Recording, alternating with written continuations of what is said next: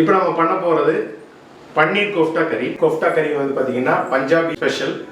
Taste வந்து பார்த்தீங்கன்னா ஸ்பைசியாகவும் அதே சமயம் க்ரீமியாகவும் இந்த கிரேவி இருக்கும். இது வந்து சப்பாத்தி, புரோட்டா இதுக்கு எல்லாத்துக்குமே இது சூட் ஆகும். வாங்க எப்படி பண்ணுறதுன்னு பார்க்கலாம். பன்னீர் பால்ஸ் பண்ணுறதுக்கு உருளைக்கிழங்கு கொஞ்சம் வேக வச்சுக்கலாங்க. தக்காளி 10 எடுத்து வேக வச்சுக்கோங்க. இஞ்சி பூண்டு பேஸ்ட் பண்ணி வச்சுக்கோங்க. பச்சையாக கட் பண்ண வெங்காயத்தையும் பேஸ்ட் பண்ணி வச்சுக்கோங்க. பன்னீர் வந்து நம்ம பால் பண்ண போகிறோம், அதுக்காக நம்ம வந்து துருவி எடுத்துக்கோங்க. உருண்டை பிடிக்கிறதுக்கு பதமாக இருக்கிறதுக்காக நம்ம உருளைக்கிழங்கு இது கூட சேர்த்துக்கலாம். வேக வச்ச உருளைக்கிழங்கு சேர்த்துனா மட்டும்தான் இந்த பால்ஸ் வந்து உங்களுக்கு உடையாமல் கிடைக்கும். அதே மாதிரி ஃப்ரை பண்ணும் போதும் அது உடையாமல் இருக்கும்.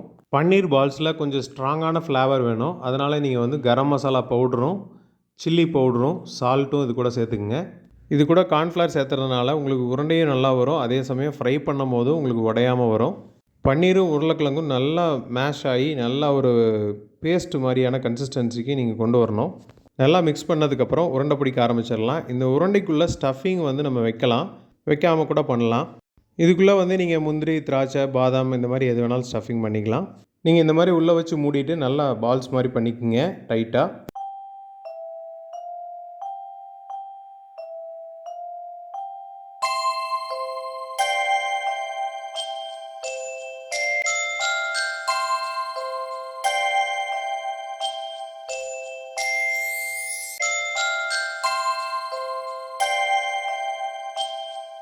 பால்ஸ் எல்லாம் ரெடி ஆயிடுச்சு. இப்போ ஃப்ரை பண்ணிக்கலாம். நல்லா சூடாக இருக்கிற எண்ணெயில் மட்டும்தான் நீங்கள் ஃப்ரை பண்ணணும். சூடு இல்லாத எண்ணெயில் போட்டிங்க அப்படின்னா எல்லாமே பிரிஞ்சிரும். அப்புறம் ஆயிலெல்லாம் கலந்து ஆயிலே வேஸ்ட் ஆயிரும். நல்லா கோல்டன் ப்ரௌன் கலரில் ஃப்ரை பண்ணி எடுத்துருங்க. எல்லா பால்ஸும் ஃப்ரை பண்ணி முடிச்சிட்டிங்க அப்படின்னா நீங்கள் வந்து கிரேவி பண்ண ஆரம்பிச்சிடலாம். கடாயில் ஆயில் எடுத்துகிட்டு முழுசாக இருக்கிற பட்டை, கிராம்பு, ஏலக்காய் அதை கூட போட்டு ஃப்ரை பண்ணுங்கள். லைட்டாக வாசம் வர வரைக்கும் ரோஸ்ட் ஆன உடனே இஞ்சி பூண்டு பேஸ்ட்டு அந்த டயத்தில் ஆட் பண்ணிக்கங்க. இஞ்சி பூண்டு பேஸ்ட்டு பச்சை வாசம் போகிற அளவுக்கு நல்லா வறுத்துக்குங்க.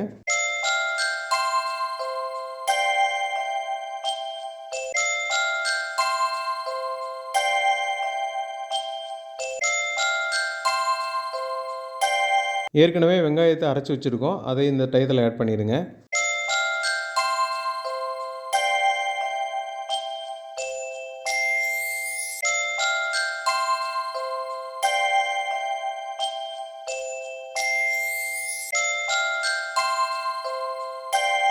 ஏற்கனவே வேக வச்ச தக்காளியில் தோலை மட்டும் எடுத்துகிட்டு அதை பேஸ்ட் பண்ணி எடுத்துக்கோங்க.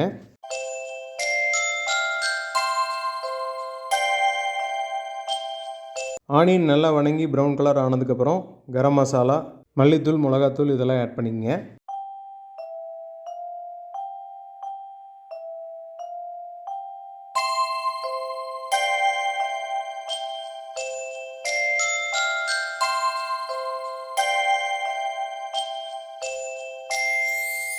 மசாலாவோட வெங்காயம் நல்லா வதங்கினதுக்கப்புறம் தக்காளி அரைச்சதையும் சேர்த்துக்குங்க.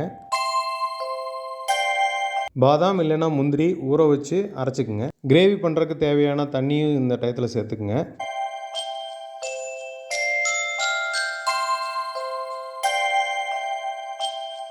கிரேவி நல்லா கொதிச்சதுக்கப்புறம் அரைச்சி வச்சுருக்கிற பாதாம் பேஸ்ட்டையும் இது கூட சேர்த்துக்குங்க.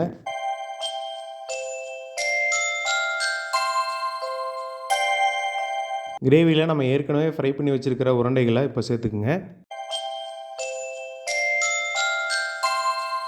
பால்ஸ் ஆட் பண்ணதுக்கப்புறம் ரொம்ப நேரம் நம்ம கொதிக்க வைக்க வேண்டாம்.